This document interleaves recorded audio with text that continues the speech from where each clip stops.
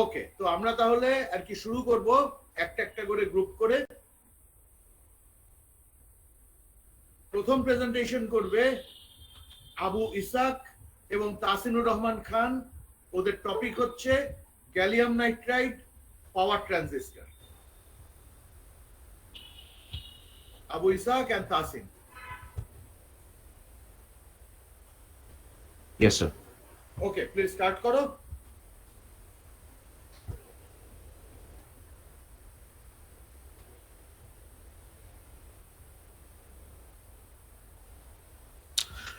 Hello, everyone. Welcome to our presentation.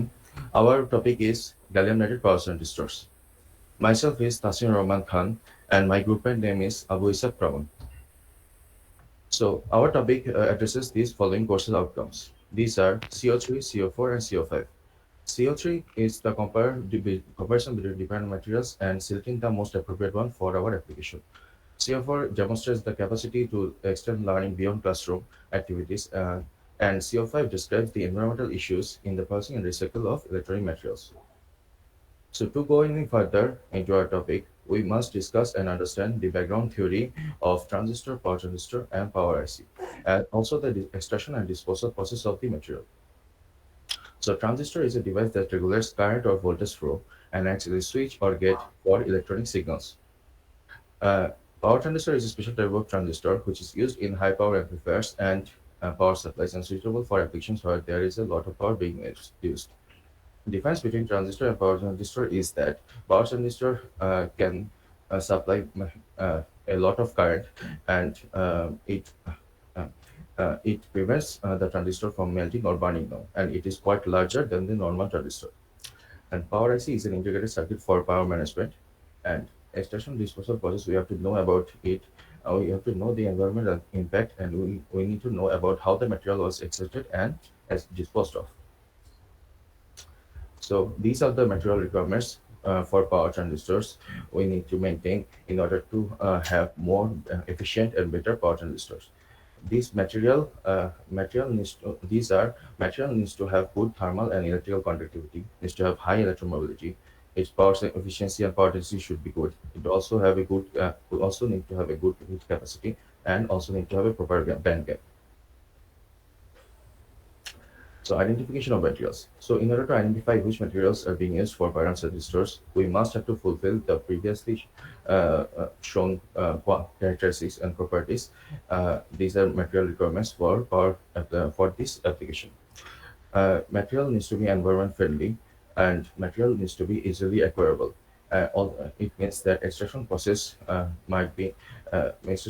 needs to be a lot easier, and it has few drawbacks during recycle or disposal, and it must be a proven material for the application. So material commonly used in today's world are silicon, gallium arsenide, and gallium nitride. And in our today's topic, we'll prove that gallium nitride is more suitable to use.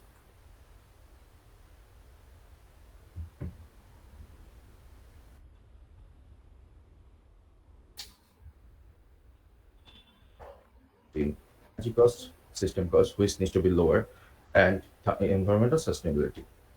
Now I am inviting Abu Isak Pramon to continue from his part of the presentation. Thank you. Thank you, Tasinur Rahman Khan, for handing over the presentation to me. Now, I'll compare the three materials which are suitable for our application. Here from this table, we can compare all criteria of gallium nitride, gallium arsenide, and silicon. We can see from the table that gallium nitride shows better characteristics in almost every criteria. It is also non-toxic and biocompatible. Even though gallium arsenide has better electron mobility and silicon is much more cheaper, but gallium nitride is most suitable because it has better performance in every other criteria. Next slide, please. Now, I will be talking about the reason behind selecting gallium nitride. From the previous slide, we can see that it has better performance in most of the criteria.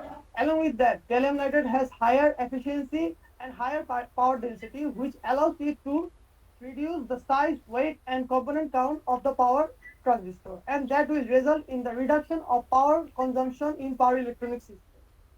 It also has a wider band gap, and this wider band gap of gallium nitride helps it to sustain higher voltages and higher temperatures. Now, gallium nitride power transistor is also an ideal power amplifier, which is also good for us. So it is overall more efficient. Its production cost is comparatively low if you compare all of its advantages. Next slide, please.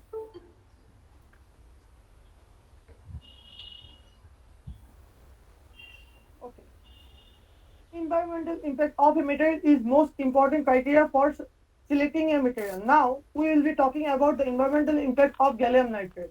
Here we can see the reaction by which gallium nitride is made. It takes about 150 degrees Celsius of temperature. Other than that, there is no more other harmful environmental impact.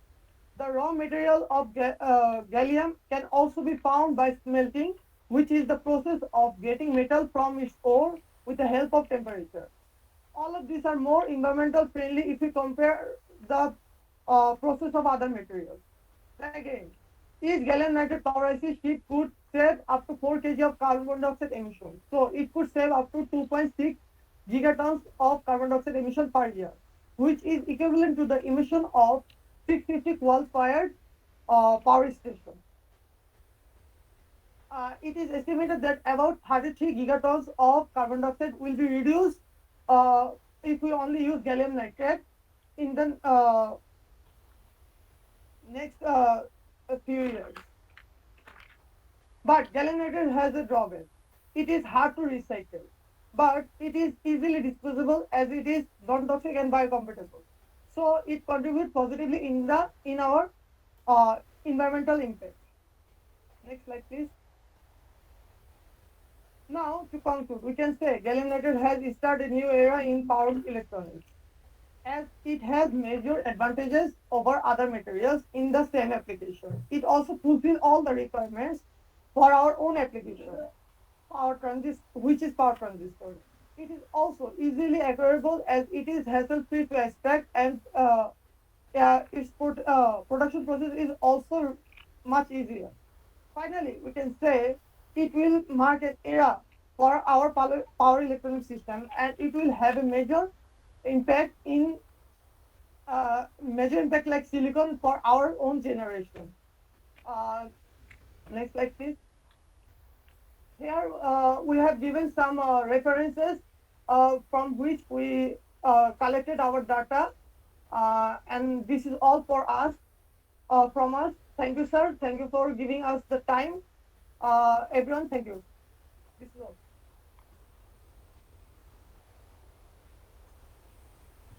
Thank you. I have one question. Can you go to the environmental slide? Yes, sir. Yes. Here you mentioned that each gallium nitride power IC saves 4 kilogram of carbon dioxide. This is with respect to what? Sorry, Compared to whom gallium nitride is saving carbon dioxide? sir, safe, এটা sir normally সিলিকনের সাথে base করে sir করা হয়েছে আর কি। This is in sir comparison with না silicon. Sir এটা sir ইউজের Please answer in English. Okay, sir. Sorry, sir. Mainly, sir, during the uses of the IC, it saves around 4 kg of carbon dioxide compared to silicon. Sir. Compared to silicon. Yes, sir. It is during uses, sir. Okay. I have another question at the beginning.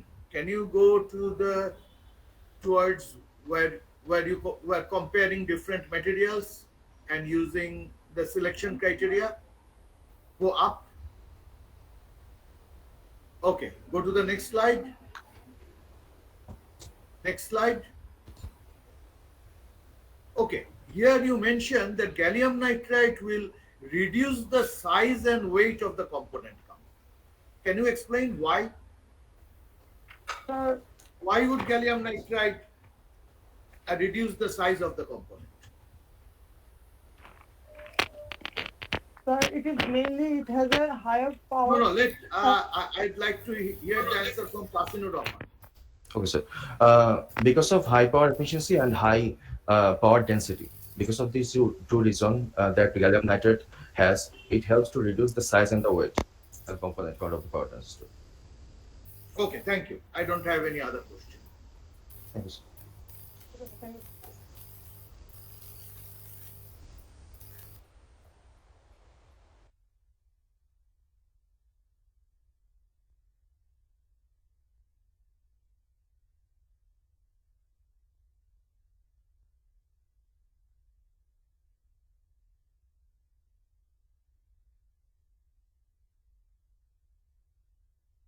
Okay, the next group is Zunaid Baghdadi and Rakib Hassan Khan. The topic is hafnium dioxide as a gate insulator. Yes, sir. Assalamu alaikum. Yes, sir.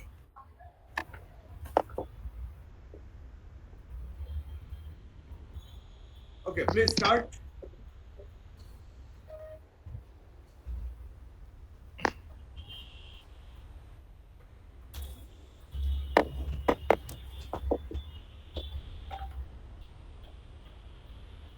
Sir আমার ক্যামেরাটা একটু সমস্যা করতেছে sir লক দেখেন To an alternate has something. Yes sir একটা formal presentation দিতে আসছে আমার আমার ক্যামেরা সমস্যা করছে is not an acceptable excuse sorry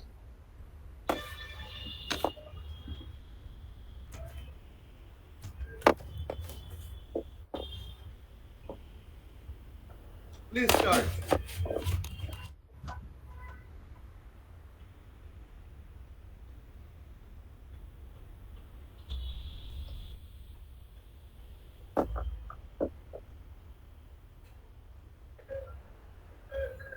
আসসালামু আলাইকুম everyone I am Junaid Baghdadi and my teammate is Rakib একটা হাসান দুইটা লগইন থাকলে একটা ডিভাইস মিউট করো সবকিছু you are introducing noise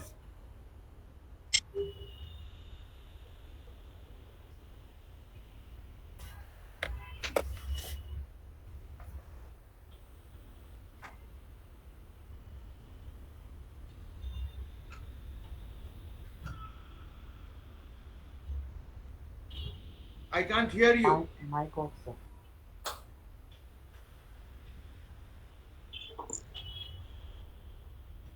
Assalamu alaikum everyone. I am Junaid Baghdadi and my teammate is Rakib Hassan Khan. And our presentation topic is use of hafnium dioxide as a gate insulator in field effect transistor. Next.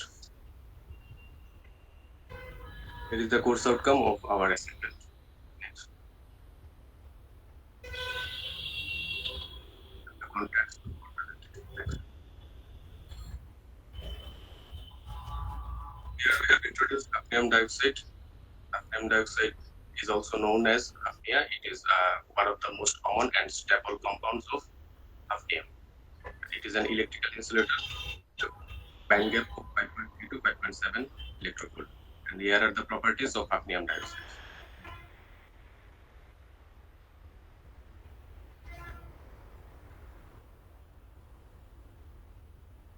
These are the requirements of the new transistors. It must have a high dielectric constant. It must also have a higher band gap, and it must act as an insulator by having band offsets with silicon of over 1 electrovolt to minimize carrier injection into its bands. And it must be thermodynamically stable and good interface quality. Next. These are the materials which are suitable for use in this application, and the materials are silicon dioxide, hafnium dioxide, zirconium oxide, aluminium oxide, and lanthanide oxide. And in the right side, we have shown the schematic cross-section of the traditional MOSFET transistor, where the gate oxide is denoted, and the gate oxide layer which separated the gate terminal of a MOSFET from the underlying source and drain terminals, as well as the conduction channel that connects source and drain when the transistor is turned on. Next. We have used 4 criterions for this comparison, which are dielectric band gap, band offset, and thermodynamic stability. Next. Here we have compared hafnium dioxide properties with different dielectric materials. Compared to silicon dioxide, which has a high dielectric constant of 3.9, hafnium dioxide is a high permittivity dielectric material with a dielectric constant of approximately 25. And high K stands for high dielectric constant, a measure of how much charge a material can hold. So the advantages for transistor with high dielectric constant, the dielectric constant of hafnium dioxide is 4 to 6 times higher than that of silicon dioxide.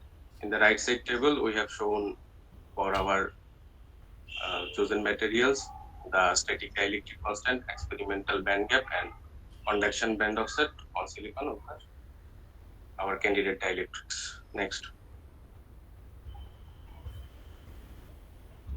our first requirement was higher band gap and higher dielectric constant. In this graph, we can see that we shown that the dielectric constant of candidate oxide tends to vary with the band gap. So we must accept a relatively low dielectric constant value. And it's also mentioned that uh, we have to choose higher band gap. And by observing the graph, zirconium dioxide, hafnium dioxide, and lanthanum oxide satisfies our criterion for this. And the rest will explain my teammate Rajiv Sankar. The band of set. As we know, the in Figure 3, as we know, the high K oxide must act as an insulator. This requires the potential barrier at each band gap must be over 1 electrovolt. Silicon dioxide has a wide gap of 9 electrovolts, so it has higher barrier both holes and electrons. The condition band is usually smaller than the valence band offset.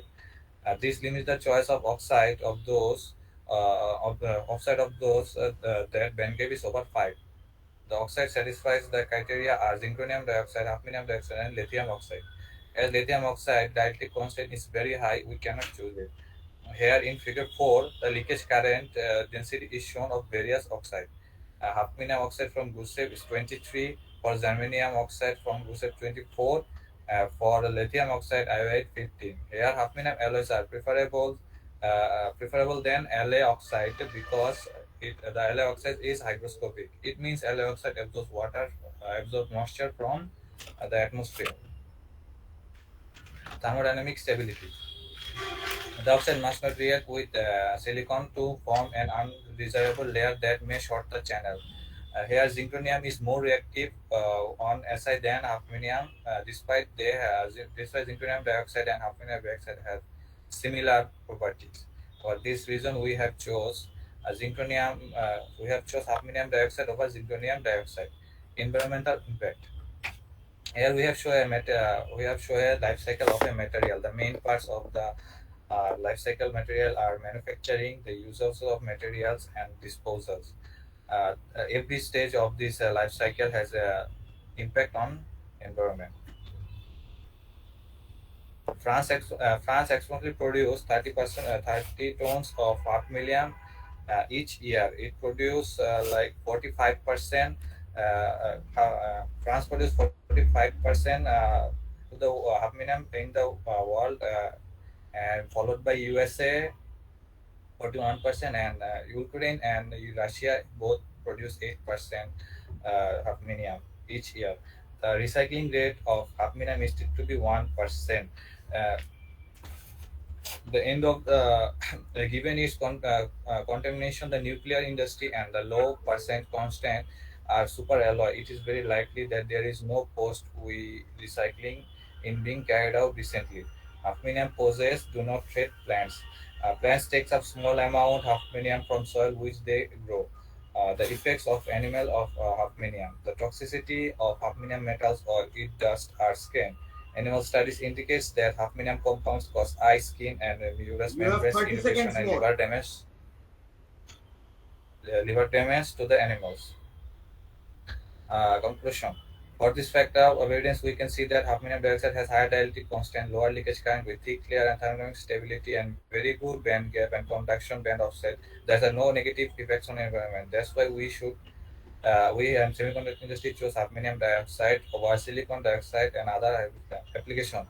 Uh, Hafnium-based oxide were introduced by Intel in 2007 as a replacement of silicon oxide as a gain transistor. In field effect transistor, this material is chosen based on dielectric property. These are the Okay, time references. is Thank you, over. everyone. Okay. Thank you. I have one question. Can you go to The table where you showed the properties of different materials.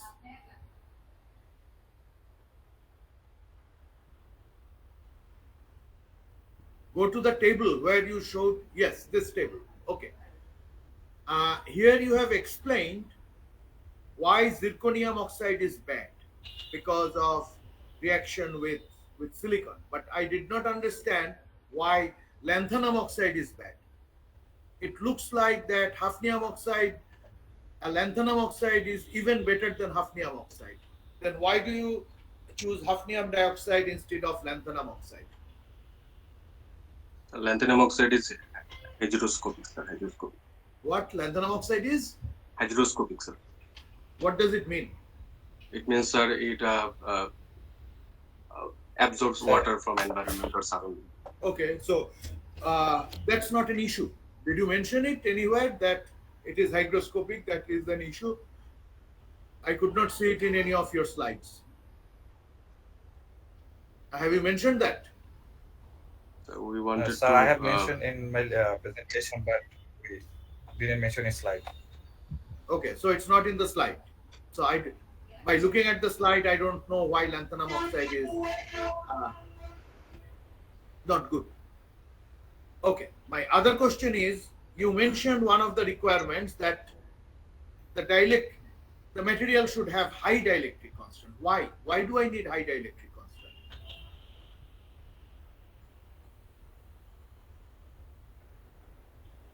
because, sir, high dielectric constant No, measure how much charge. I'd like Rakib to answer this question. Zunaid answered the previous question. Because the high dielectric constant is very for this dielectric constant high, the band gaps are low, and for these No, no. reasons, sir. These are different issues. You mentioned you want high dielectric constant, not because of low band gap. Why do you want high dielectric constant?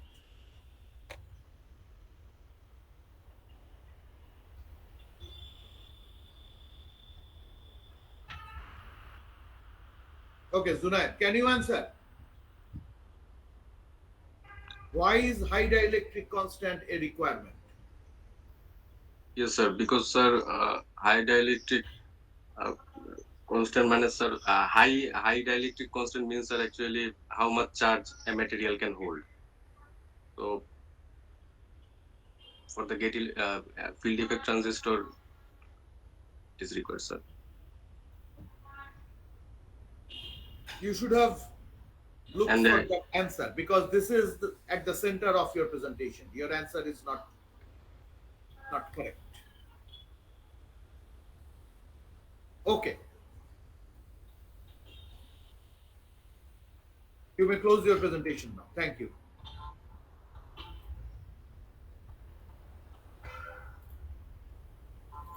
The next presentation will be by Shahriar Alam and Mizanur Rahman. The topic is silicon carbide power MOSFET in automobiles. Shahriar Alam and Mizanur Rahman.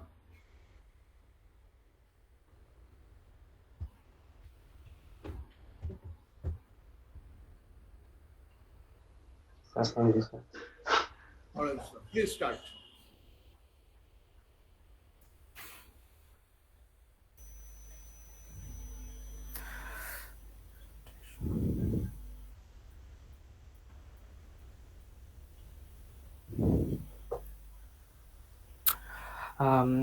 Assalamu alaikum, sir. Welcome to our presentation. This is 308. I am Shahriar Alam, and my fellow group member is Mizanur Rahman, and our topic is silicon carbide power MOSFET in automobile traction inverter. In our content, we have introduction of silicon carbide, course outcome, properties of silicon carbide, requirements of the material for the particular topic, existing being used and suitable other material, criteria used for comparison between different materials with the chosen silicon carbide, justification of the selection of the SiC silicon carbide, environmental impacts, conclusion, and the references. In introduction, We can say use of silicon power MOSFET is the latest application to improve and enhance the performance of traction inverter used in electric vehicle. Using silicon carbide give us such advantage like high voltage output, less switching loss, less space with same blocking voltage, less charging time, less power loss. In our courses outcome, we are going to see compare the different material and the selection of the most appropriate material for specific engineering application. Course outcome 4 demonstrate the capacity to extend learning beyond classroom lecture and activities, and course outcome 5 describe being environmental issues in processing and recycling the electronic material. Here we can see our properties of silicon carbide. Here we have added 5 criteria as band gap, thermal conductivity, blocking voltage, electric resistance, dielectric constant.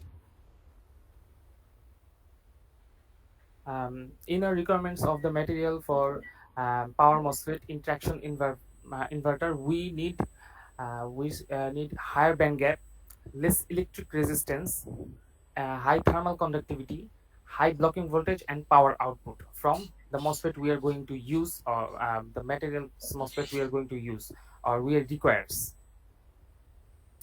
Materials which are used are suitable for power MOSFETs are silicon carbide, gallium arsenide, gallium nitride.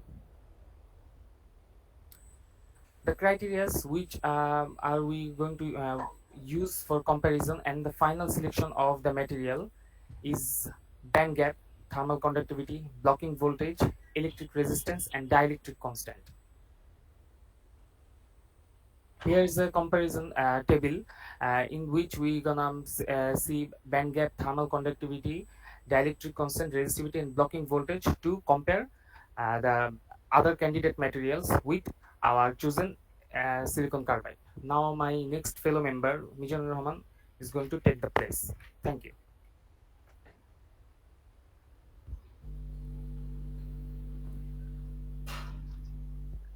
Mm, Thank you, Assalamualaikum, sir. Now I'm gonna show the comparison, uh, the comparison, the comparison of the four suitable materials based on different criteria. In this table, we can see SiC MOSFET is better than in every way. In, from the above table, we choose SiC MOSFET um, because SiC MOSFET is better than any other materials comparing all criteria, and the requirements of CKA which fulfilled our requirements allows to produce high power output, and the thermal conductivity allows heat MOSFET to reduce heat much faster. And the thermal expansion with a wide bandgap rising temperature will have far less effect on functionality. In this case, we can see that gallium nitrate is slightly better, but the silicon carbide power device technology is more mature than gallium nitrate.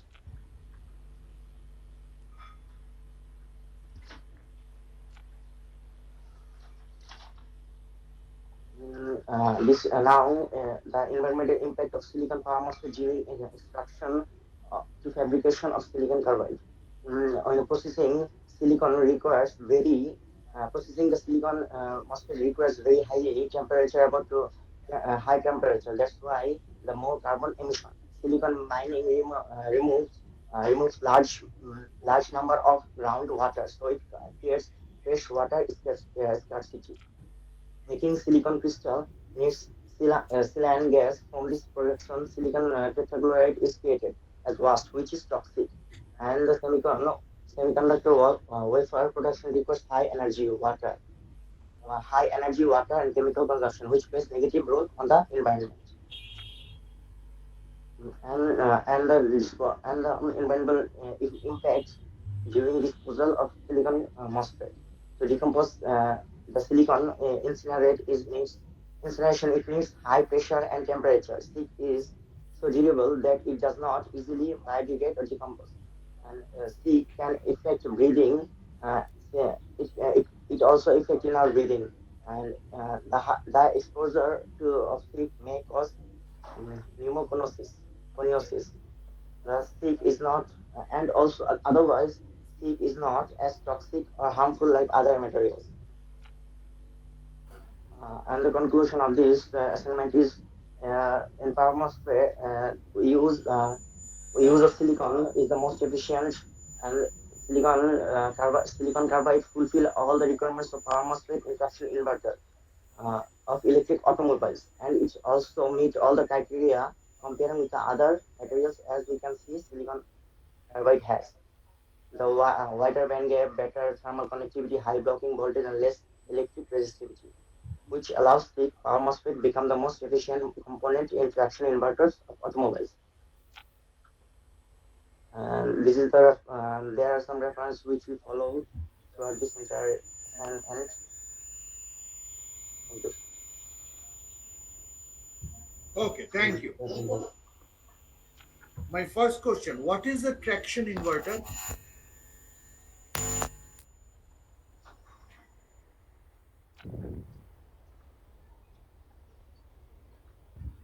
Mijanur Rahman, what is a traction inverter? the You have traction shut down the slides before we concluded the question answer part. so is that Okay, tell me what is a traction inverter?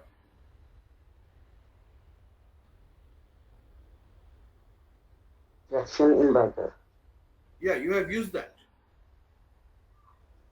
Go to the previous slide.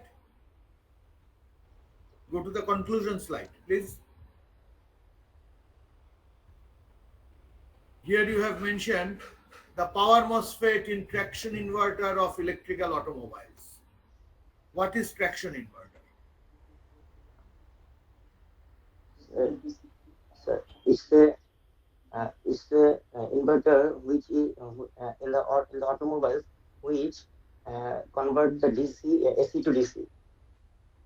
Which converts AC to DC. Sorry, Does sorry, an inverter DC to AC. DC to AC? Yes, So, sir. does electric vehicle use AC motors or DC motors? AC motor, sir. Okay, Shahriar Alam, do you have anything different to say? No, sir. The answer is not really correct. You should search Google and find out. Okay, you may close it. Thank you, sir.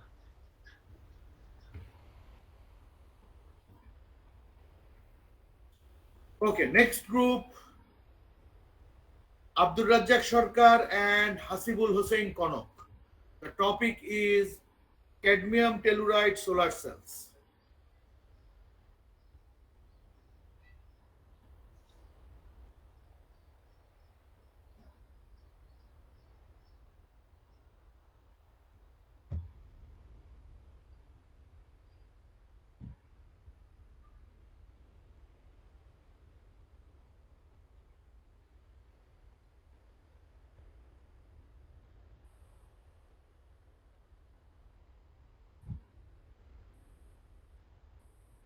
Okay, Hasibul Hussain, I can't hear you. Please unmute yourself.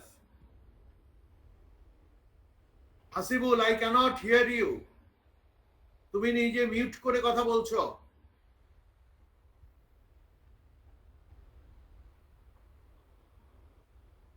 Are you listening to me?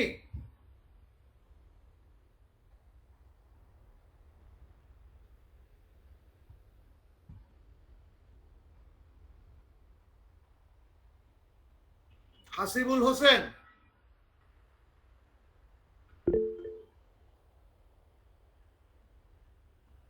I cannot hear you. Sir Hasibul হোসেনের মাইক্রোফোনের problem হচ্ছে, message করছে chat বক্সে, সে again join করবে।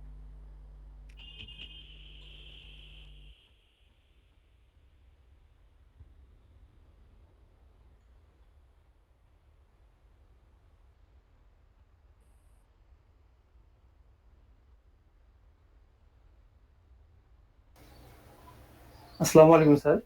ওয়ালাইকুম সালাম, please start. Sir ওই microphone size of the কলের কারণে অফ হয়ে গেছিল।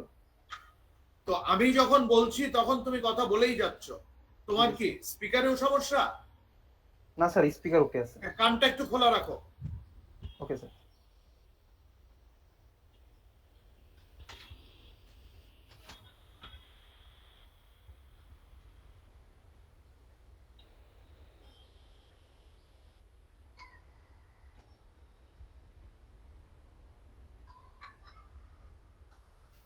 Assalamu alaikum sir. Welcome to our presentation. Our topic is cadmium telluride solar cells. Uh, our group members name MD Abdul Razak Sarkar and myself MD Hasibul Hossain Konok. Here we see the objective. Uh, the first point is use of a new material in practical electrical and electronic engineering application. On the other hand, second point is comparison between the new application or material with its existing competitions, describe environmental impact of the material in manufacturing, use and disposal of the environment application. Here we see the course outcomes CO3, CO4 and CO5. Now we see cadmium telluride solar cells. What is cadmium telluride solar cells? Cadmium telluride solar cells basically are the second most common photovoltaic technology in the world marketplace after crystalline silicon. Currently representing 5% of the world market. On the other hand, cadmium telluride thin film solar cells can be manufactured quickly, inexpensively, providing an alternative to environmental and conventional silicon based technologies. The recent efficiencies for a laboratory cadmium telluride solar cell is 22.1% by Fast Solar Company. Here we see the background information of the cadmium telluride. The first point here we see melting point and other point is boiling point. Cadmium telluride also insoluble in water. It has also direct band gap of 1.5 electrovolt at 300 Kelvin. Here we also see the thermal conductivity value. The value is 6.2 W m by m square Kelvin at 293 Kelvin. We also see refractive index value. The value is 2.67. Here we see the commercial application year is 2014 and the company name is Fast Solar. Here we see the discuss. Here we see the requirements of the material in this application. First point we see here cadmium telluride has direct band gap of 1.5 electrovolt at 300 Kelvin. On the other hand, we see it has very low solubility in water and another major point is solar radiation almost 100%. We also see that cadmium telluride has very high optical absorption and the value is 10 to the power 5 centimeter inverse 1. We also see it has also p-type conductivity which is ideal for PV application. It also has heterojunction structure. Uh, Here we see the materials which are suitable for use in that application. Uh, at first, we select cadmium telluride and also the suitable materials for solar cell application: amorphous silicon, copper indium, gallium selenide, gallium arsenide, and finally crystalline silicon. So rest of the slide will discuss our fellow group member FD Abdul Razak Sarkar. Thank you, sir. Thank you, Hasibul Hassan. Now I discuss criteria that are used for comparison and final selection. There are different kinds of criteria used for comparison, such as high absorption, manufacturing cost, solar radiation efficiency. There are mainly two key properties of this material are its near ideal bandgap for photovoltaic conversion efficiency of 1.5 electron and its high optical absorption coefficient. A thin film of cadmium telluride absorb nearly 100% of the incident solar radiation. Besides, it has low manufacturing cost compared to others. It as it record efficiency of 22.1%. Next slide, please. Now discuss about comparing different materials, justifying selection cadmium telluride. Here we can see cadmium telluride has 1.5 electron volt and gallium arsenide nearly same 1.42 electron volt. And we can also see efficiency is better 28.8 percent of gallium arsenide. But when we can see manufacturing cost and radiation, we can obviously say that cadmium telluride is lower than gallium arsenide and others. And radiation also is approximately is nearly 100%. Next slide, please. As crystalline silicon, PP is the most commonly used of solar.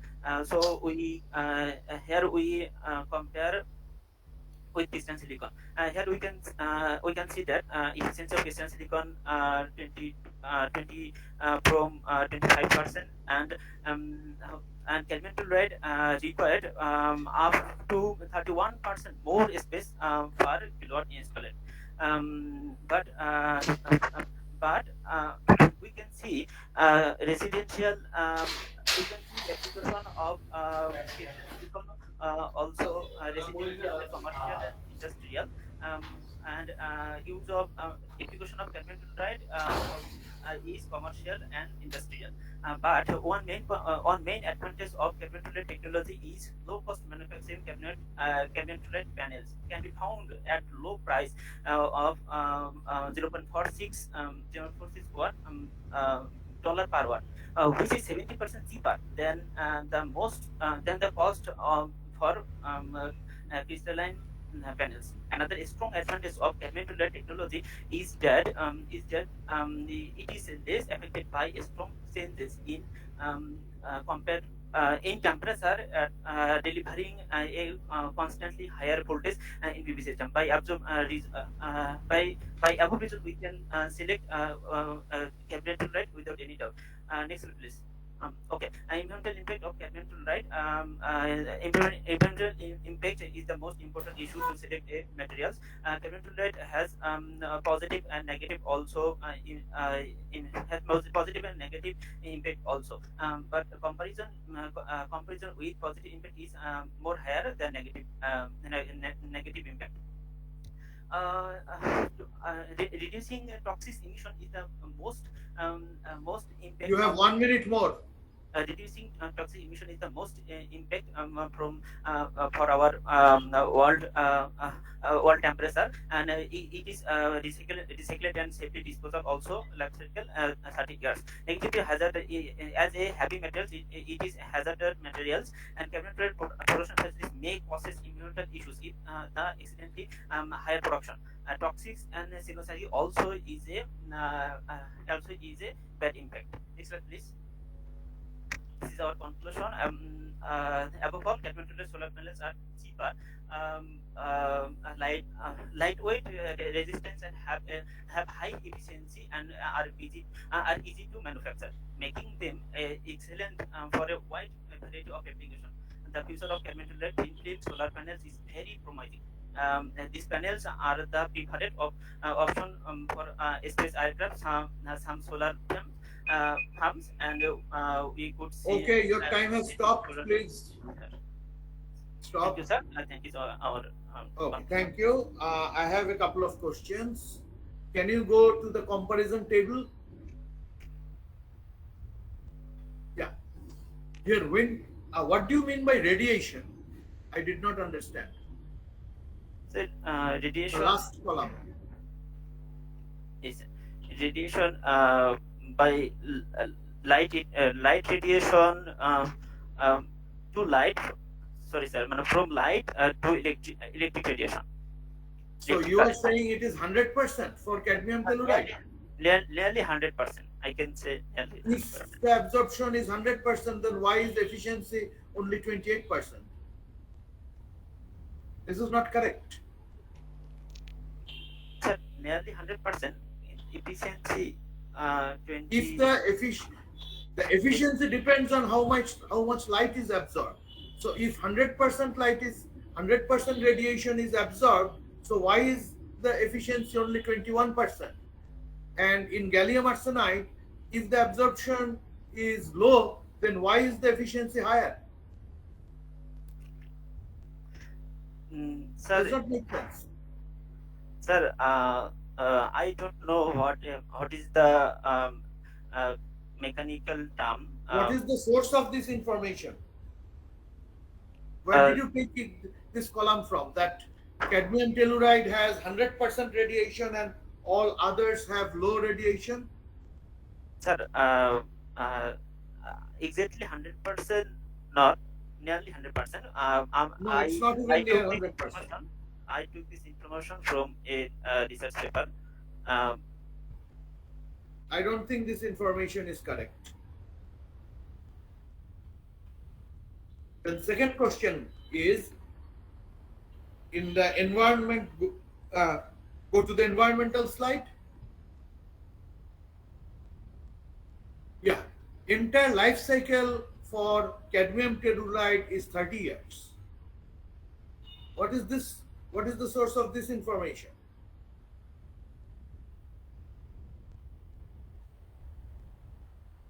Hasibul, can you say this answer? Please unmute yourself before you speak. Sir, normally, sir, I search this information from Google. Normally, a cadmium telluride, normally solar cell life cycle is 25 to 30 years. Normal Uh, solar cell, and you are talking about specific cadmium telluride uh, solar cell. so, sir, but specific cadmium telluride solar cell life cycle is almost 30 years. I don't think so. One of the major disadvantage of cadmium telluride is it degrades with time very quickly, and its lifetime of a solar module is around 10 years or so. For a silicon, for a crystal silicon solar cell, it's around 25 years. No solar cell has a 30 years lifetime, and cadmium telluride has much lower lifetime than silicon. So, So it's I don't true. know what your sources are. You are mentioning incorrect information. I mentioned just my overall solar cell life cycle. That's Why does why. it matter? Are we talking about overall No, sir. overall No, sir. solar cells here, or are we It's, talking about cadmium telluride? it's a specific cadmium telluride solar cell. What is the caption of this slide? Environmental impact of cadmium telluride. Yes, sir. So why are this is misinformation? Uh, Okay, thank you. You may close your presentation.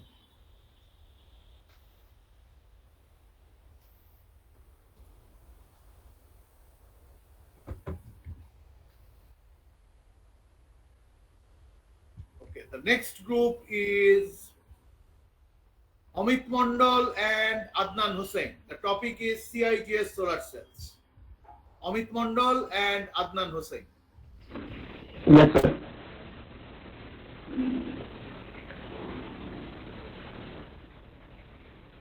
So, hello everyone. Assalamu alaikum. I am Adlan Hussain and my groupmate is Omit Mondal. And our presentation topic is CIGS solar cells. Next slide. So, in this assignment, we have achieved these outcomes, which are CO3, CO4, and CO5. CO3 include compare different materials and select the most appropriate one for specific electrical engineering application. CO4 includes demonstrating the capacity to excel learning beyond classroom lectures and activities.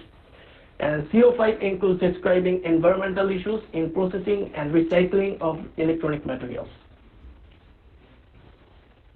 Next slide. So, the background information here. So, solar cell is an electrical device that converts energy of light into electricity by photovoltaic effect. There are different kinds of solar cells like thin film solar cells, quantum dot solar cell, and different types of material used in different types of solar cells. For example, cadmium telluride, amorphous silicon, and copper indium gallium selenide used in thin film solar cells. So here are some requirements of the materials used in solar cells. So the material has to be a semiconductor material. It should have a direct band gap structure about 1 to 1.8 eV, and the absorption coefficient of the material should be high, because materials with high absorption coefficient more readily absorb photons, and the material should be insoluble to H2O. So here are some materials which are suitable for use in solar cells, which are amorphous silicon, cadmium telluride, gallium arsenide, and CIGS. So here are some criteria we use for comparison and our final selection, which are efficiency, absorption coefficient, and band gap. So if we see the plot of efficiency by years, we can see that thin film gallium arsenide has the maximum efficiency of 28.8%. But gallium arsenide consists of toxic materials. And here crystal silicon has an efficiency of 25.8%, but it can be flexed like thin film solar cells. Here cadmium telluride has an efficiency of 22.1%, and amorphous silicon has an efficiency of 14%. On the other hand, CIGS has an efficiency of 22.6%, which is greater than cadmium telluride and amorphous silicon. And this makes CIGS the most efficient newest generation solar cell. Furthermore, CIGS is most viable solar cell compared with other alternatives. Now my teammate Omit Mandal will continue our slides. Thank you. Thank you, Varna. Here we can see the plot of absorption coefficient by energy. Different materials have different absorption coefficient. From this plot, we can see that the CIGS has better and higher absorption coefficient than CDTE, GIS, and all other materials. Comparing CIGS in the plot with other materials, CIGS have the highest absorption coefficient. If a material has a low absorption coefficient, light will be poorly absorbed. And the material with high absorption coefficient more absorb photons, which excite electron in the conduction band. Here we can see the plot with the band gap with efficiency. From the left side of the plot, we can see that the efficiency is increasing with the band gap, and the right side we can see the efficiency is decreasing with the band gap. Maximum efficiency of a solar cell depends on the band gap. If the band gap is too high, most photons will not cause photovoltaic effect. If it is too low, most photons will have more energy than necessary to excite electrons across the band gap. So the rest of the energy will be wasted. We get the highest efficiency from the band gap 1.1 to 1.7 or 8 eV. Here comparing different materials. If we compare these materials, we can see that CIGS has the highest efficiency, 22.6%, and it is less toxic than the other materials. Also, gallium arsenide has the highest efficiency, 28.8%, but it is toxic. Also, we can see that the CIGS has the highest absorption coefficient comparing with the other material, and we get the highest efficiency from CIGS band gap 1.1 to 1.7 eV. That's why CIGS is more suitable for solar cell application from the other materials. Here is the environmental impact for CIGS solar cell. The toxicity of copper, indium, gallium, and selenite is considered benign. Although selenite, gallium, and indium are not considered toxic metal, of the metals used in CIGS cells, copper exhibits the highest toxicity impacts, including aquatic toxicity. Comparing with the CDT, I mean cadmium telluride and the other materials, CIGS has 6 to 9% lower impacts in 16 out of 18 categories, including climate change, 16 to 50% lower, but the metal depletion is 5 times higher, and land use is 12 to 31% greater for CIGS. Here we can see the entire life cycle of CIGS solar cells. The life cycle of CIGS solar cells can be divided into 6 steps. So first one is material extraction. In this step, the raw material are extracted, and the second is material processing. Here the extracted raw materials has been processed in this step. And third is components manufacturer. In this step, the different kinds of components of CIGS solar cell are manufactured, like barrier layer or CIGS absorber, etc. And the fourth step is the product is manufactured. And the 5 is in this step, the 5 is the product use. In this step, the PV system is installed for use. And the last end of the life of the product is here is the step the product is either recycled or dispose the product and fill the land. Here is the references. And thank you, everyone.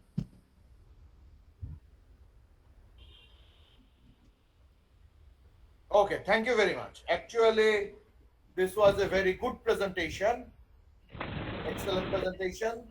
I don't have any question. Thank you. Thank you, sir. Thank you, sir.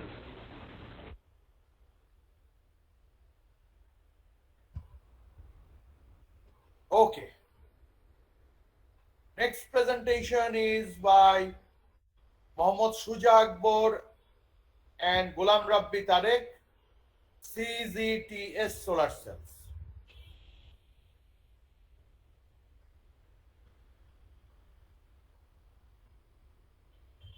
Sir আমার বাসায় সকাল থেকে sir ইয়ার নাই sir light দিয়ে ইয়ে করতে আসসালামু আলাইকুম sir.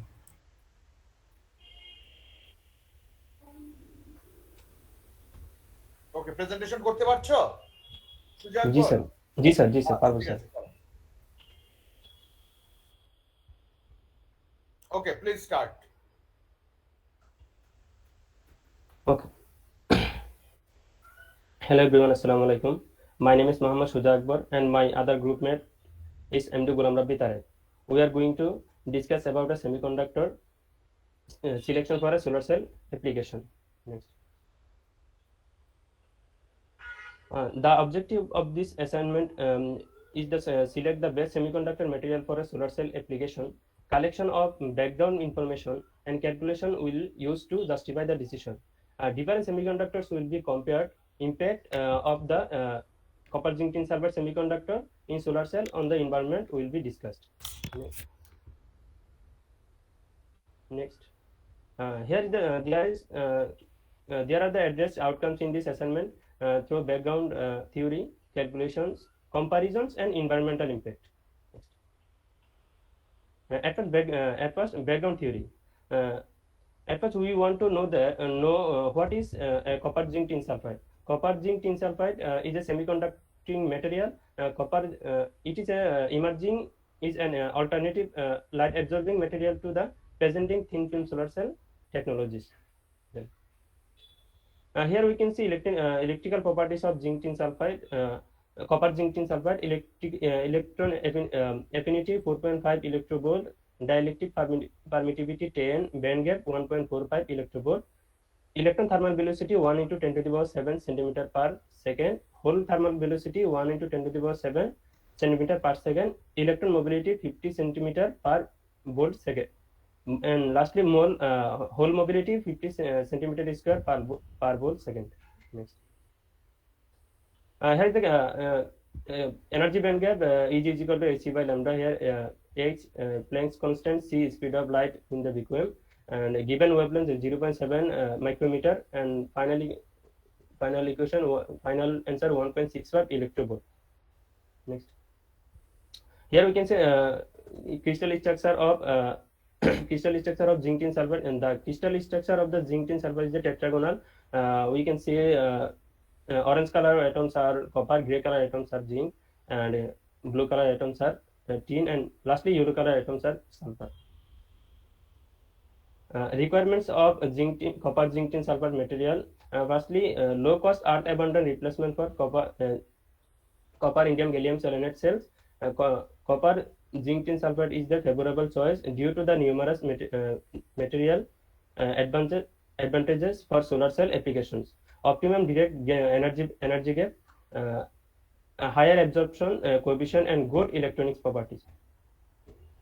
Next. Criteria for comparison and final selection.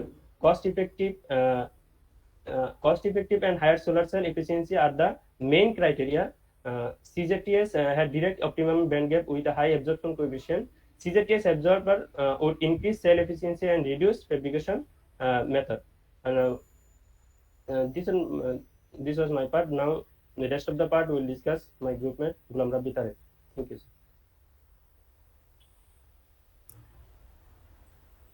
Thank you, Mohammad Shuja Akbar. Assalamu alaikum, sir. Assalamu alaikum, everyone. My discussion part is to comparison table for different candidate material. The materials are copper, indium, gallium selenide, cadmium telluride, and gallium arsenide, and our selected material copper, zinc, tin sulfide. Among from this list, we can see the copper, zinc, tin sulfide has the good efficiency compared to others, and high efficiency due to large electron hole pair and wire band gap. And we can see the band gap in this list. The copper indium gallium selenide semiconductor is a p-type semiconductor, and it is an tetragonal type crystal. And our selected material, copper zinc tin sulfide, is an n-type semiconductor, and it is an tetragonal semiconductor, as my group mate mentioned already mentioned.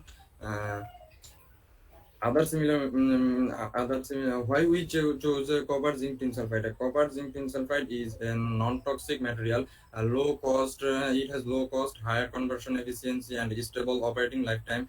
And copper zinc tin sulfide is the best candidate for thin film absorber material for solar cell. Other similar material like copper indium gallium selenide and cadmium telluride has high cost material. So compare to above said, copper zinc tin sulfide is the best candidate for solar cells. Now the environmental impact of copper zinc tin sulfide. Electronics device electronics device has can electronics device can harmful for environment, and if before we use any type of material, we have to be aware about the impact of this material in environment. And copper in this material, copper zinc tin sulfide, copper zinc and tin all have some disadvantages.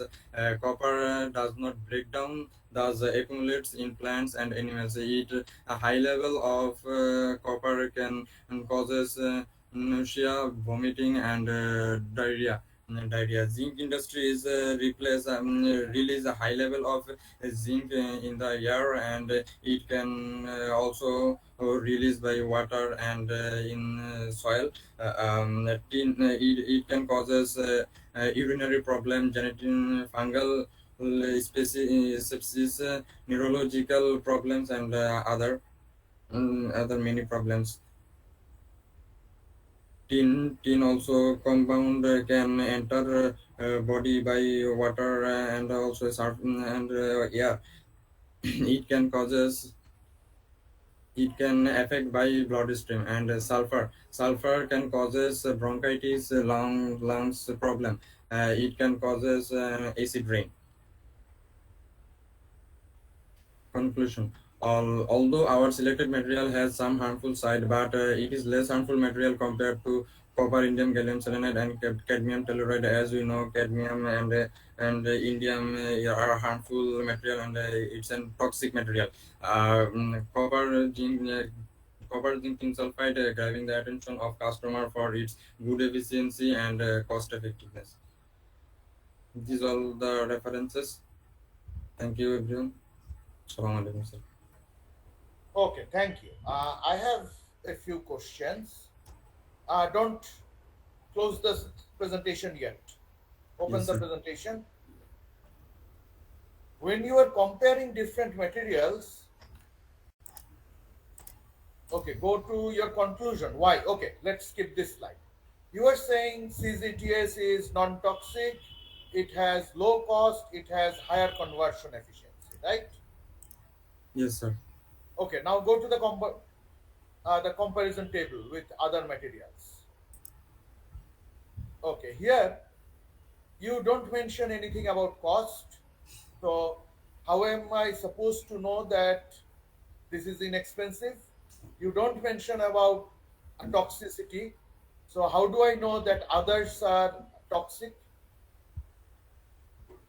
Sir, as you know, sir, I, cadmium is a like toxic. this table should tell me which material to select, right? Yes, sir. But when Yes, you sir. make the conclusion, you use your arguments which you don't compare. What is the cost of each material? I have no clue. But you claim this is low cost. How will I know that this is low cost? Have you talked about whether other materials like CIGS or cadmium telluride are these toxic or non-toxic? Sir, they're toxic material. Toxic, sir. I don't know. Have you mentioned it anywhere? Sorry, sir. This And part. if I look at the efficiency, I see that CZTS has the lowest efficiency. So why are you claiming that this has high efficiency? Of all the four materials, this has the lowest efficiency. So your table has no relationship to what you make or what your conclusion is. So what's the point of showing this table? Sir, we don't mention that copper zinc tin sulfide is non-toxic, but it's non-toxic material. I don't know. So if you don't mention that, I don't know. Yes, sir. Sorry, sir. I know only what you present in your slide. And what about the cost? Have you ever mentioned anything about the cost except for in the conclusion? No, sir. No, sir. So you feel you will say one thing and based your conclusion on something else? You need not have any relationship between your argument and your conclusion. I don't see any relationship. Okay, thank you. Thank you, sir.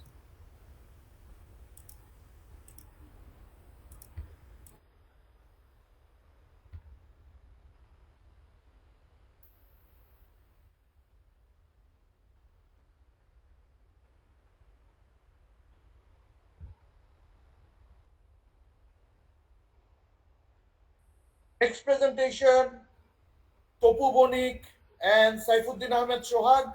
The topic is indium gallium arsenide arsenic phosphide semiconductor laser.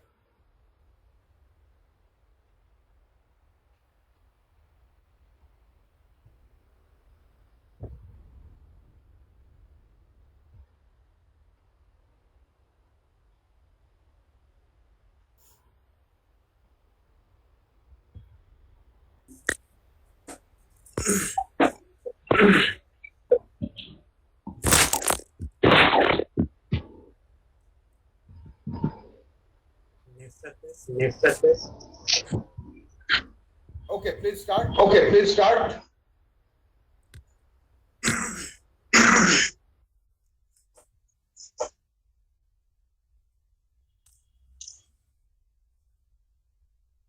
Why next slide, please? Why next slide, please? Here is our Here is our group objective. objective. In this, it makes to we should use of people engineering. people engineering. K presentation কে করছো? presentation করছো? Please stop. K presentation কে করছো? presentation করছো? তবু উনি কে Saifuddin Ahmed? Saifuddin Ahmed সোহাগ। হ্যাঁ, তবু বণিক mute করো নিজেকে। By this time you should know about this presentation manners. Sorry, sir. শুরু থেকে আরম্ভ করো। Objective. Yeah, in this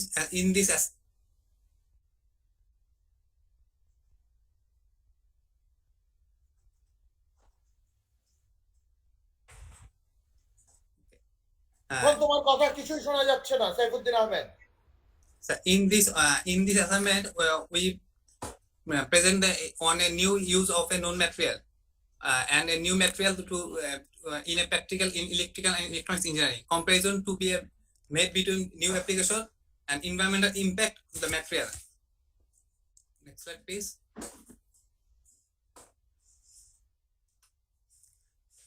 Here are the requirement materials of the particular application. It is a semiconductor material. Here is wavelength is 1.2 micrometer to 1.35 micrometer, and temperature is 293 Kelvin to 335 Kelvin, and power is 1.4 at the rate of 100 degrees Celsius. And it is a P-type semiconductor. Next slide, please. Okay. Here is a different type of material is commonly used for this application. Is gallium arsenide, aluminum gallium arsenide, gallium phosphide, indium gallium phosphide, gallium nitride, indium gallium arsenide phosphide, and we will choose the indium gallium arsenide phosphide. Next slide, please.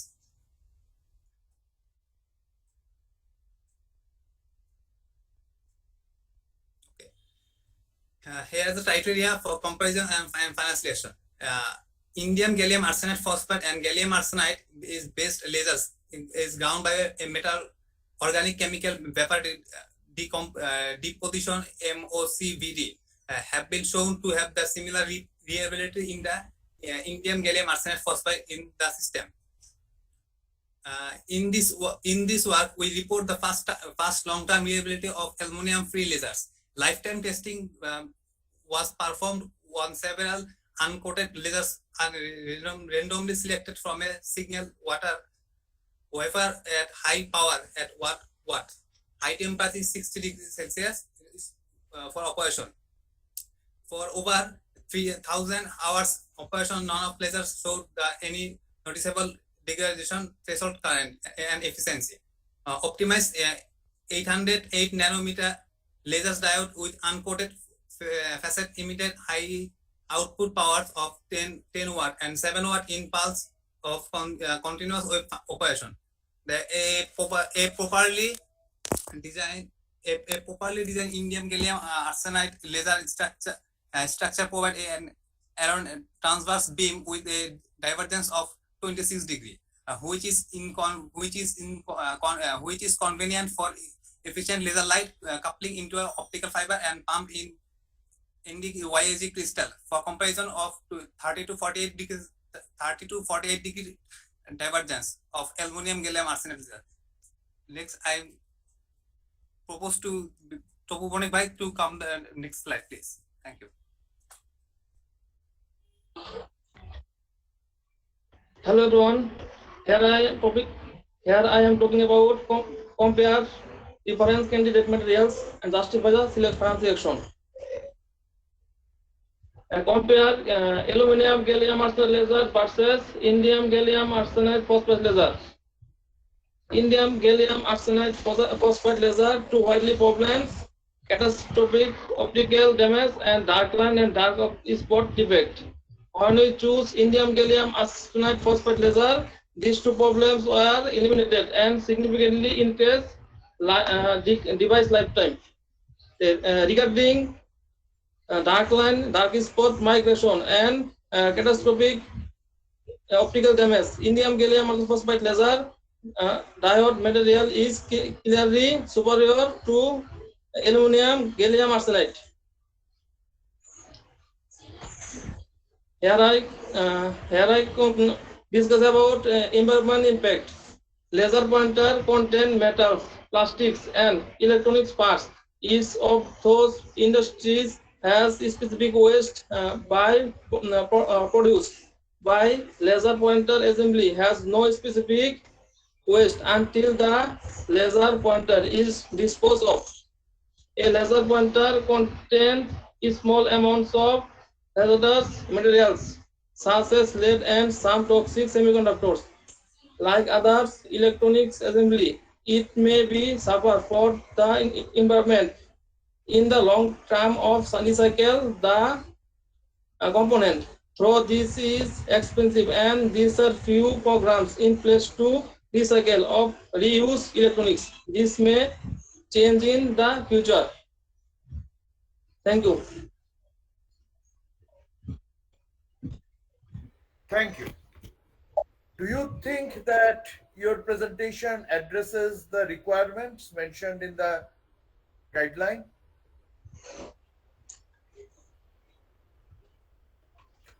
Okay. The indium gallium arsenic phosphide laser. What is this used for?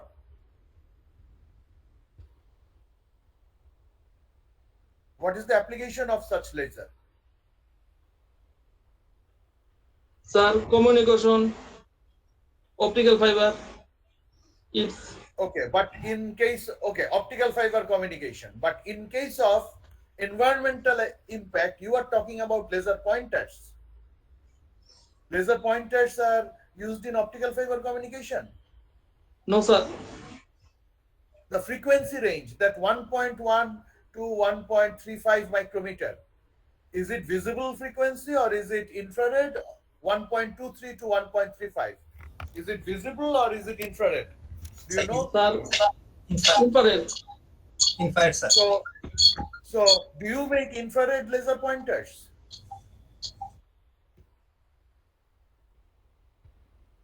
The No, sir. criteria, the criteria, the requirements for the applications. You have just, can you go to the next slide?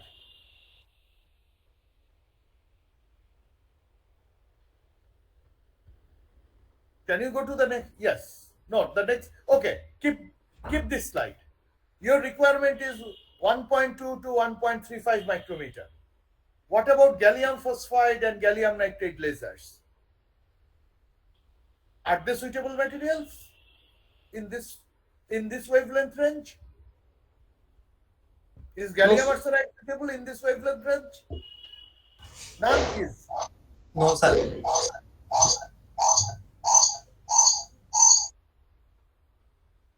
So I don't understand your comparison. Okay, go to the next slide.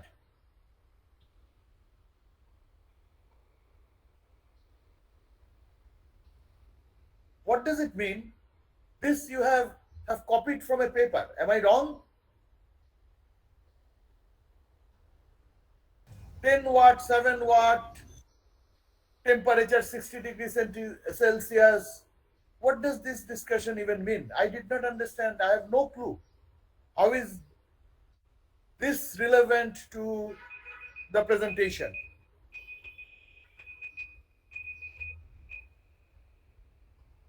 I'm sorry, your presentation did not make any sense to me. Okay, you may close your slides and stop sharing.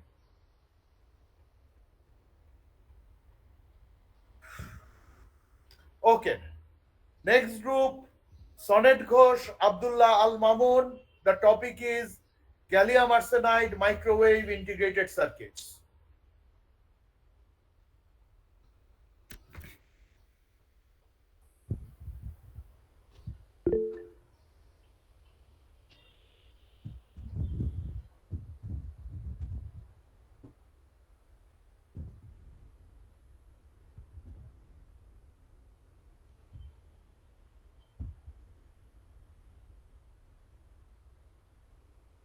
Okay, please start.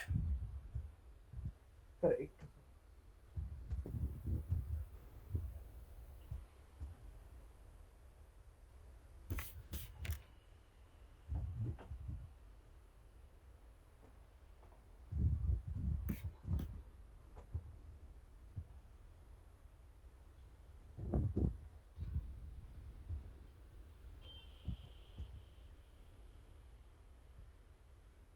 So can you please? Yes, I can see. Hello, sir. Welcome to our presentation. Thank you for giving us this opportunity to choosing a semiconductor gallium arsenide to micro frequency integrated circuits. I am Sonet Ghosh. Now I am presenting my part. Here, here we briefly explaining the total content of our presentation.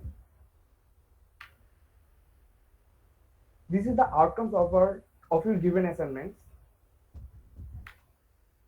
Now we talk about objective. According to your instructions, we make a presentation of a known material which is gallium arsenide. The application of gallium material is micro frequency integrated circuits. In the market, we can see many competitors like silicon, indium phosphide, aluminum arsenide. Now we are compare them with the application of our known material gallium arsenide. Lastly, we discuss environment impact of the material in the manufacturing, use, and disposal.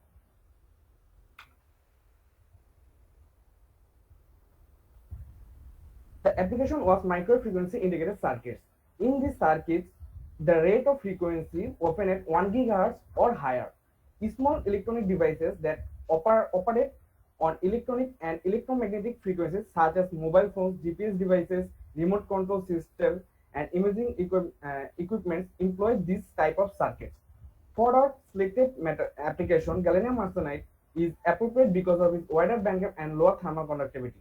Another reason to choose this material is after almost 30 years, as the technology of the future, gallium arsenide has begun to make a place or itself, not by substituting silicon, but by complementing it in new application. Now we will discuss the band gap properties of different types of material. Firstly, gallium arsenide. From this data table, we can see that the band gap of gallium arsenide varies at different temperature. The graph shows that when temperature is increasing, the band gap will be decreased. The band gap of silicon, indium phosphide, and aluminum arsenide are 1.12 electrovolt, 1.34 electrovolt, and another one is 2.16 electrovolt. We can see that aluminum arsenide has a large band gap than all other semiconductors. For the advantage of band gap, this semiconductor used in more frequency like 100 gigahertz, micro frequency indicated circuits. Another thing is the thermal conductivity of gallium arsenide is 0.55 watt per centimeter degree Celsius, which is less than aluminum arsenide. Now a comparison between different types of material. Firstly, compare gallium arsenide with silicon. Silicon is a tetravalent metalloid and semiconductor. Gallium arsenide is a semiconductor with a zinc-valent crystal structure. Silicon has less band gap than gallium arsenide. At high frequency, silicon creates more noise than gallium arsenide.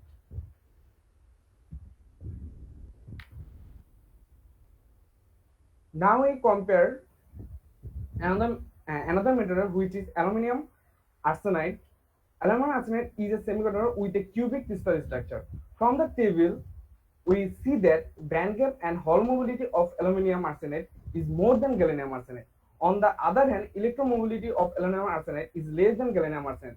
Gallium arsenide and aluminum arsenide both are good for application, but aluminum arsenide is more suitable for the manufacturing of electronic devices such as light emitting diodes. Our last comparison material is indium phosphide.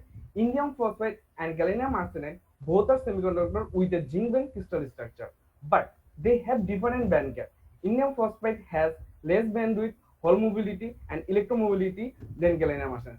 So we can say that gallium arsenide has more bandwidth, which makes it more suitable for our application. Now come to the environment impact of gallium arsenide. Thank you. This part will continue by Abdul Al Noman. Assalamu alaikum, sir. Now I'm presenting my part. Now come to the environmental impact of gallium arsenide. Gallium does not occur naturally in its pure form, and gallium compounds are not a frequent route of extraction. The problem is that removing the gallium causes a substantial amount of radioactive contamination in the water. Gallium is a good material for bomb pits, but pollution is bad for the ecosystem and the health of the people who live there. Arsenic is one of the most deadly elements in the world. Inorganic arsenic bonds are found in small amounts in nature. Despite their toxicity, arsenic can enter the body via food, drink, or inhalation. Contact with arsenic containing soil or water on the skin can result in exposure. During the manufacturing of these devices, arsenic and water might be mixed because it cannot be removed once it is in the environment. The amount we use can spread and harm humans and animals all over the world. Next slide. The uses of a big amount of fossil fuel in manufacturing reduces the Earth's resources. During the manufacturing process, a significant quantity of energy is required. As a result, it generates a great deal of heat and greenhouse gases. A huge amount of deionized water is required for semiconductor manufacturing operations. Recycling of processed water is not promoted because it must be extremely clean. The volume washed water created is extremely large. Next slide. Recycling solutions for gallium arsenide based devices are still be developing. As a result, many devices are incinerated or disposed of in landfills. The disposal of gallium arsenide semiconductors might be result in some gallium and arsenic emissions into the water and air. Next slide.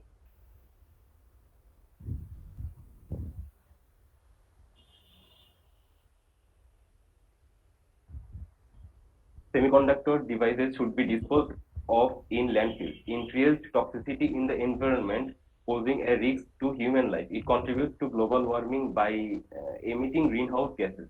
Landfills produce leachate which can move to groundwater or even surface water, posing a major hazard because aquifers take a long time to recover. Next slide. Landfilling is more damaging than incineration. When garbage is burned, incineration adds to air You have pollution. 1 minute more. Breathing incineration pollutes the air, which has an impact on employees and residents in the surrounding areas. They are not the only background of disposing of gallium arsenide devices. There are also a number of environmental consequences, including harms of birds, animals, and aquatic life. It also causes cancer, mutasia, and among other things. Next slide.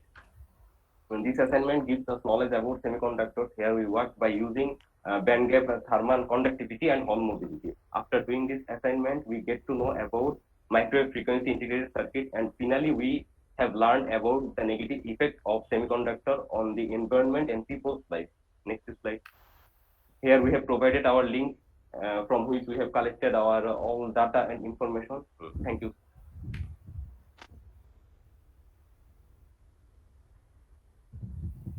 Okay, thank you. Thank you, sir. Can you go to the slide where you compared indium phosphide and gallium arsenide? Yes, sir. Okay. Here you show band gap, Hall mobility, electron mobility, and thermal conductivity. And from this, how do you conclude that indium phosphide has less bandwidth? I did not understand that from the, like, what is the relationship between bandwidth and the parameters that you have shown? Can you please explain?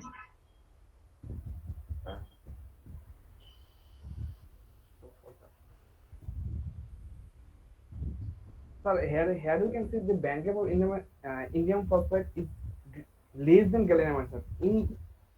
So band gap and bandwidth are the same? No, sir. No, sir. No, sir. No, sir. No, sir. So I did not understand. From this data, how do I know that indium phosphide has less bandwidth?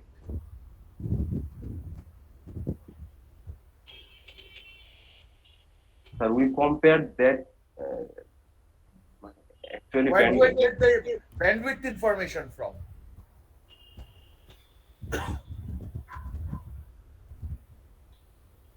Sorry, sir. It should be not bandwidth. It should be band gap. So why is less band gap bad? Aluminum arsenide has higher band gap. So why did I choose gallium arsenide instead of aluminum arsenide? Sir, our for microwave integrated circuits, it when it the frequency rate is 1 gigahertz or more. When it's talked to the 1 gigahertz, it gallium arsenide was best. But when Why? Because of gallium arsenide band gap and the noise frequency rate. No. Why is gallium arsenide band gap good? I don't know why it is good. Why is 1.42 eV good than 1.34 eV? That's the question I am asking you to answer. How do I know which band gap is good, which band gap is bad? I want a logic from you.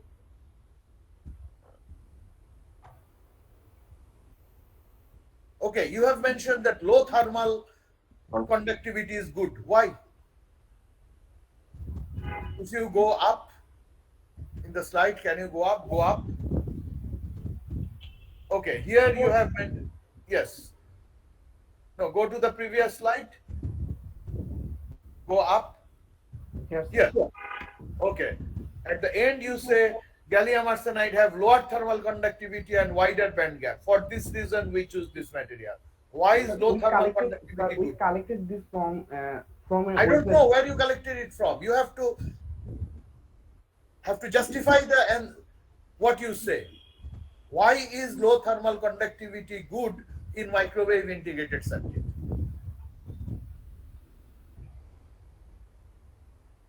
Can you answer? If not, please say I don't know. Sorry, sir. No. So you could not answer any of my questions. Okay, you may close your presentation.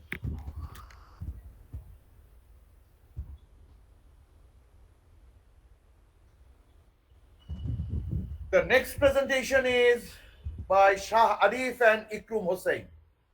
Aluminum antimonide electro-optical devices. Shah Arif and Ikrum Hossein.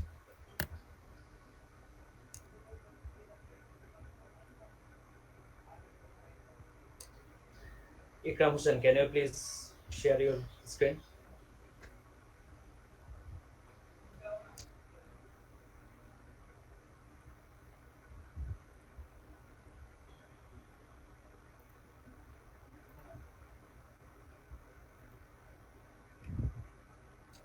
Can you see Assalamu this? alaikum, sir. Yes. Okay. Sir, can we start? Okay. Yes, please. Assalamu alaikum, sir. Hello, everyone. My name is Sharif and my group mate is Ikram Hussain. We are going to discuss about application of aluminum antimonide semiconductor in electro-optical devices, solar cells, and comparison with its existing competitors. Next slide, please. The objective of this assignment is shown here. Next slide, please. These are the address outcomes in this assignment through background theory, comparison, and environmental impact. Next slide, please. Background information which addresses CO4. Next slide, please. At first, we want to know what is semiconductor. Semiconductors are materials which have a conductivity between conductors, generally metals, and non-conductors or insulators, such as most ceramics. Semiconductors can be pure elements such as silicon or germanium, or compounds such as gallium arsenide or aluminum antimonide. Semiconductor band gap range is usually 0.6 to 2 electron volt. Here in figure 1, there is an application of semiconductors. It is a PN junction. PN junction are formed by joining N-type and P-type semiconductor materials. As shown below, since the N-type region has a high electron concentration and the P-type a high hole concentration, electrons diffuse from the N-type side to the P-type side. Next slide, please. Now we will talk about the solar cell. Solar cell is any device that directly converts the energy of light into electrical energy through the photovoltaic effect. Is called solar cell. Now arises a question, what is photovoltaic effect? The photovoltaic effect is the generation of voltage and electric current in a material upon exposure to light. It is a physical and chemical phenomenon. In figure 2, they are showing the mechanism of solar cell. Firstly, photon bombard the upper surface of the cell when sunlight shines on it. The energy of the photon yellow blobs is carried down through the cell. In the lower p-type layer, photons give up their energy to electrons green blobs. The energy is used by the electrons to cross the barrier into the upper n-type layer and the escape into the circuit. The electrons that flow through the circuit light up the lamp, generating current. Next slide, please. Now we will talk about the effect of band gap in solar cell. Band gap is the distance between the electron's valence band and the conduction band. In figure 3, there are a graph maximum efficiency versus band gap. We can see maximum efficiency found when band gap is approximately 1.4 electron volt. So the ideal range is 1.4 electron volt. Most photons will not create a photovoltaic effect if the band gap is too large. If the band gap is too low, most photons will have more energy than they need to excite electrons across the band gap, and the rest will be wasted. Next slide, please. Now we will discuss about why requirement of aluminum antimonide in solar cell. In the mechanism of solar cell, we saw that the solar cell needed semiconductor. Aluminum antimonide is a good semiconductor with band gap 1.58 electron volt, which is near to ideal band gap 1.4 electron volt. In figure 4, we can see the graph of electron energy versus density of states. Band gap lies in between the valence band and the conduction band. Yellow area is valence band and the upper white area is conduction band of a material. Next slide, please. Now we will discuss about the identification of aluminum arsenide used in solar cell. Aluminum arsenide is used in solar cell as a semiconductor because it has a band gap 2.12 electron volt, which is useful in solar cell mechanism, and the band gap is close to ideal band gap.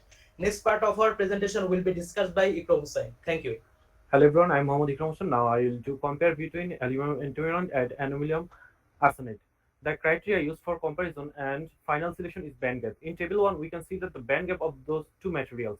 Band gap of aluminum antimonide is 1.58 electron volt and the band gap of aluminum arsenide is 2.12 electron volt. Here the band gap of aluminum antimonide is lower than aluminum arsenide. So in solar cell, aluminum antimonide is more suitable than aluminum arsenide because solar cell need that kind of semiconductor which has band gap near ideal band gap. So our final selection is aluminum antimonide. Now we will compare different candidates materials such as aluminum arsenide, aluminum gallium arsenide, gallium oxide with aluminum antimonide and justify why we choose aluminum antimonide. In table 2, there are four material name and their band gap shown.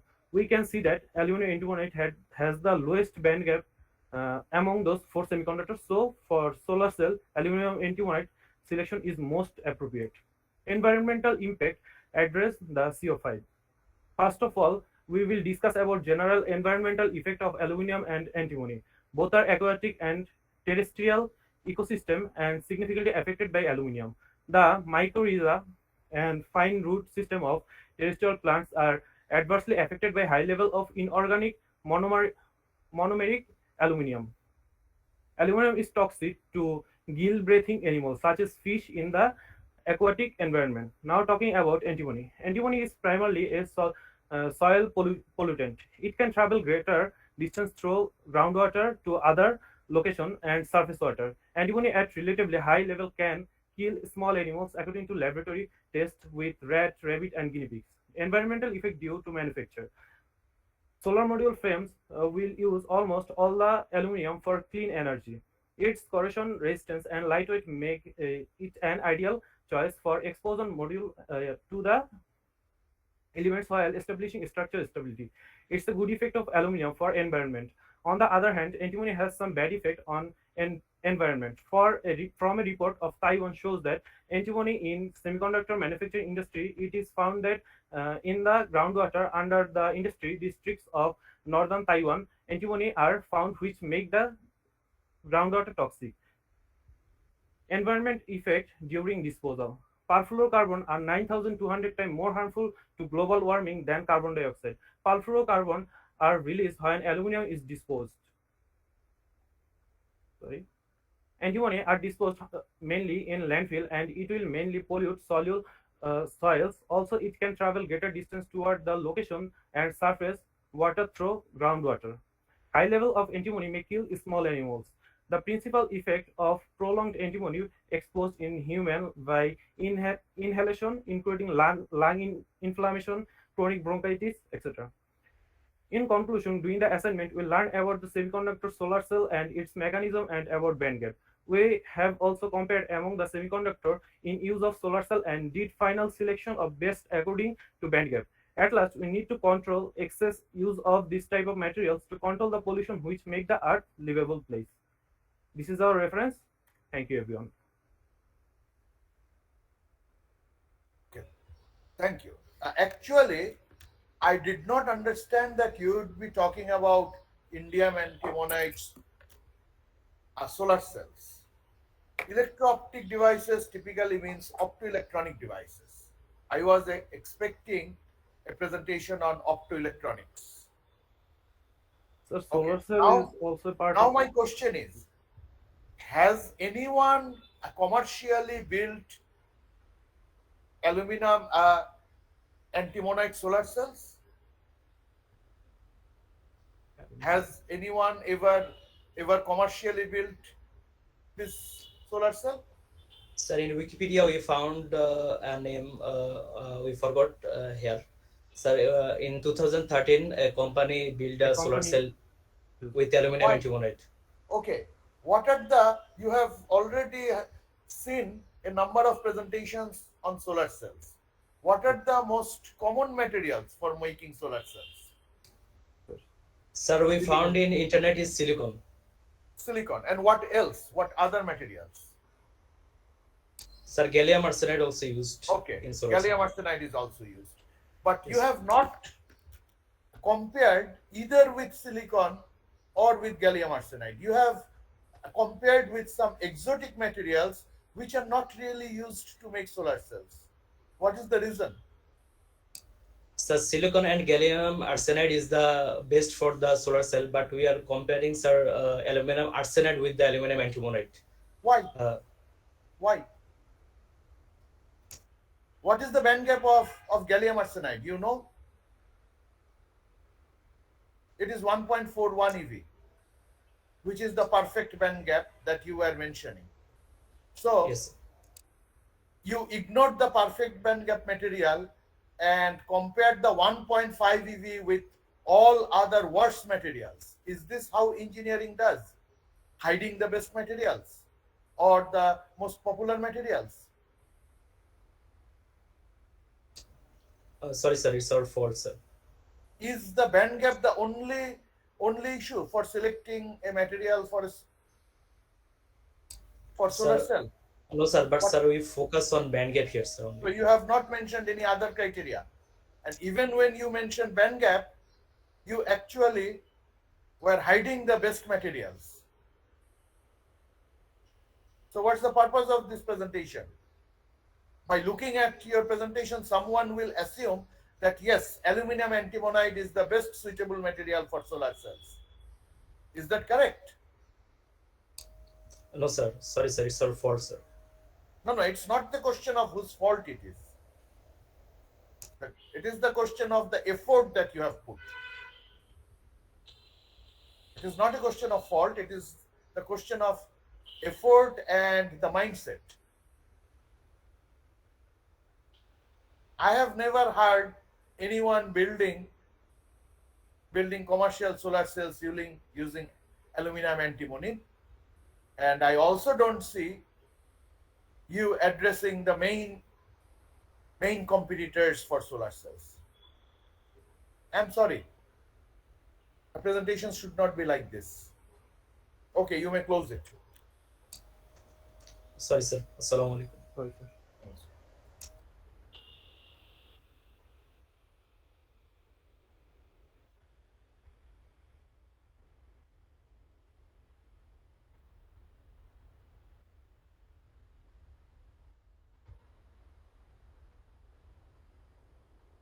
Okay.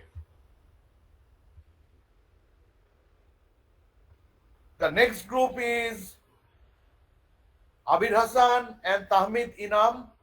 The topic is CZT for X-ray detection.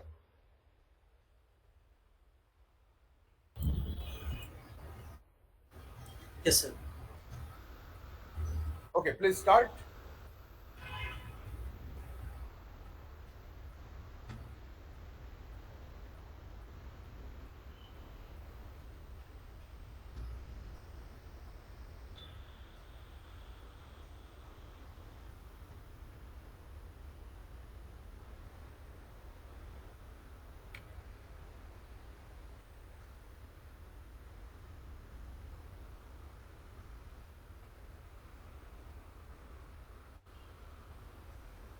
Sir, is my screen visible? Not yet.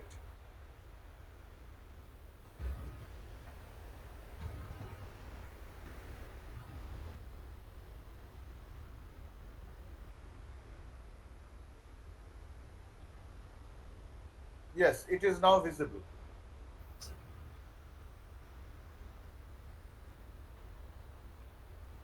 Assalamu alaikum everyone. My name is Mohammad Abir Hassan and my groupmate is Tahmid Inam Jasim. Today we are going to give a presentation about cadmium zinc telluride for X-ray detection. So at first we are going to talk about objectives. The objective of this assignment is to use of cadmium zinc telluride on X-ray detector. In this assignment, various analyses will be used. Proper requirements, comparison, justification, and environmental impact of the material will be discussed briefly throughout the assignment. Here we are giving the learning outcomes. Abir Hassan, please keep your camera on.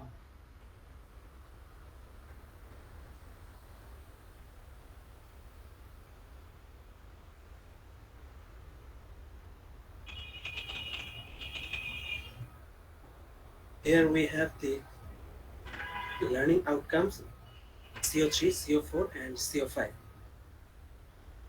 So first we need to know about what is cadmium zinc telluride. Cadmium zinc telluride is an alloy of cadmium telluride and zinc telluride. It is a direct bandgap semiconductor. It has good energy resolution, high detection efficiency, and room temperature operation, which makes it a suitable material for X-ray detectors. Now we are going to talk about the requirements of the material. For X-ray detectors, the material has to be a wide bandgap range. In this case, our band gap range is 1.4 to 2.2 electron volt. It has to be operate at a room temperature. It has to be high sensitivity due to the high atomic numbers of cadmium and telluride. CZT can be formed into different shapes of different sized radiation detector. Different materials which are being used in X-ray detectors. From various research, we can find 5 different materials which can be used for X-ray detectors. They are silicon doped with lithium, germanium doped with lithium, cadmium telluride, amorphous selenium, thallium chalcohalide, which is not commercially producing till now, but it is looking very promising. Now we are going to talk about the criteria used for comparison and final selection. The criteria there are 4 criteria in this assignment to work with. One is energy band gap, other is operating temperature, another is energy resolution, and another is efficiency. Now my groupmate Tahmid Inam will continue from here. Thank you, Abir Hassan. So next slide, please. Okay, here we can see the energy bandgap of cadmium zinc telluride vary from about 1.4 electron volt to 2.2 electron volt. On the other hand, some other metals like silicon, germanium have 1.1 electron volt to 0.7 electron volt respectively. Also, cadmium telluride and amorphous selenium have 1.45 electron volt and 0.02 electron volt respectively. So therefore, it can be said that cadmium zinc telluride is more suitable for X-ray detectors as it has a wider band gap range compared to other metals. Next slide. So here you can see the operating temperature. Cadmium zinc telluride operates at room temperature around 25 degrees Celsius, but on the other hand, silicon and germanium cannot operate at room temperature. They must be cooled with liquid nitrogen.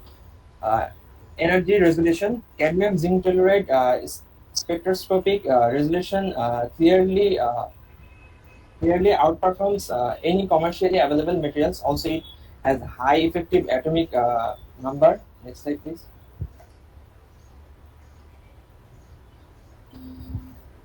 Uh, so other semiconductor such as silicon and germanium are efficient at low energy. On the other hand, cadmium zinc telluride operates at room temperature, so it can operate extremely high efficiency. Next slide, please. Here is the environmental impact of cadmium zinc telluride. Cadmium zinc telluride is a highly toxic. It can be harmful for environment. It produces heat during production and it releases environment directly, which is badly impact in our environment. The radiation from this material is intense, but scientists worked on it cadmium zinc telluride X-ray to avail more safer than before. Next slide. Next slide, please.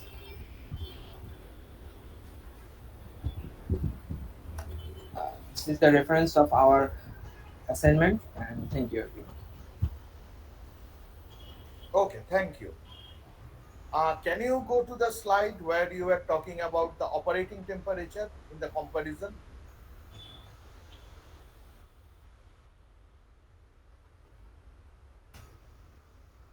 Here, okay. Silicon and germanium cannot operate at room temperature. They need to be cooled with liquid nitrogen. What do you mean? Sir, for X-ray detectors, we found out that silicon and germanium were used in X-ray detectors. They need to be cooled down with liquid nitrogen. Why? Because they In produce. electronics, we see that both these are material properties. This has not any specific. What I expected, which material property is relevant? You are saying operating temperature, and you are saying silicon and germanium cannot operate at room temperature. We see around us that in electronics, silicon and germanium are operating at room temperature, from microprocessor to memory to diode, everywhere. So I don't understand the context of your statement. What do you mean by this? Sir, in this particular application, it needs Okay, to be why? used. Then explain to me. Why can silicon and germanium not operate at room temperature? Then, then the issue is something else. At the material level, what's the reason?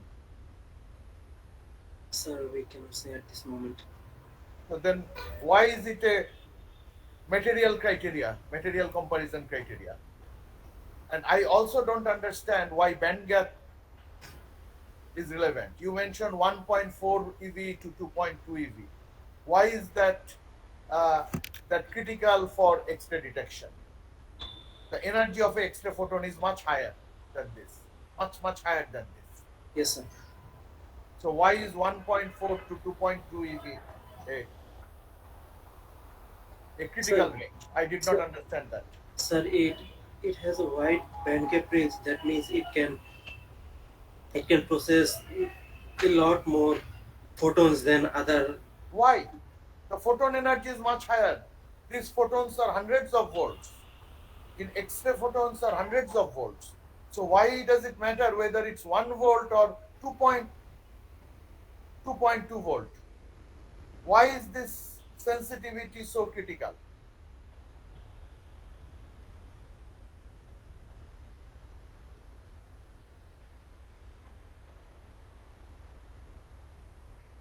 And when you talk about efficiency, what efficiency do you mean? What is the output and what is the input? Okay, go down. Efficiency here. What do you mean by efficiency? Efficiency is output over input. Here, what is your output and what is your input? Sir, by searching this, we could not find the exact efficiency If of you this. don't know something, should you include it in your slide? No, sir. Should you should you be talking about something of which you don't know what this is? No, sir. You you can't even tell what the efficiency means in this context.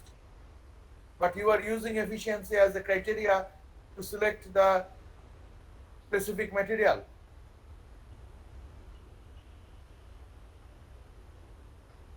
Okay, you may close down your presentation. Thank you. Thank you, sir.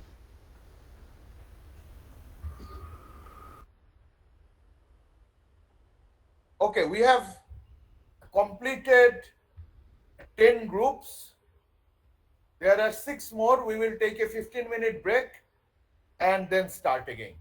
The, the time now is 2:55 p.m. Next group will start presentation at 3:10 p.m.